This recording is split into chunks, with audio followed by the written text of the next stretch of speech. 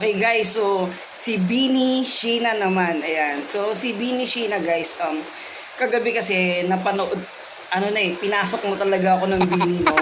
Pampatulog ko, pinapanood ko lahat yung mga Beanie members. So si Sheena medyo parang naiiyak ako kasi yung storya niya sa mami niya na yung kung sino pa yung talagang taong na nasa tabi niya mula nung nag-uumpisa pa siya, yun nga, kinuha ni Lord. Tapos siya na yung parang ngayon na breadwinner sa pamilya.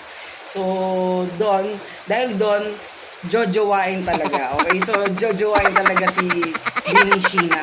Hindi lang yan guys, kasi sobrang talented talaga siya. Ang galing-galing niyang sumayaw, 'di ba? Magaling din naman siya kumanta. Tapos yung pagmimingiti siya, yun. Ang ganda talaga ni Sheena pag umingiti.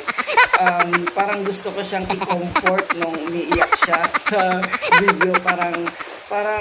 Parang gusto ko siya samahan sa buhay. The joke.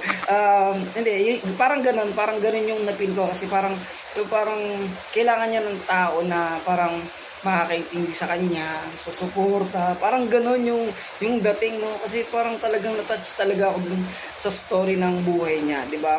Kaya ngayon, blessing naman yung mga dumadating sa kanya dahil malaki rin yung sinacrifice niya para maging isang Beanie members. Ayan, so jojowain.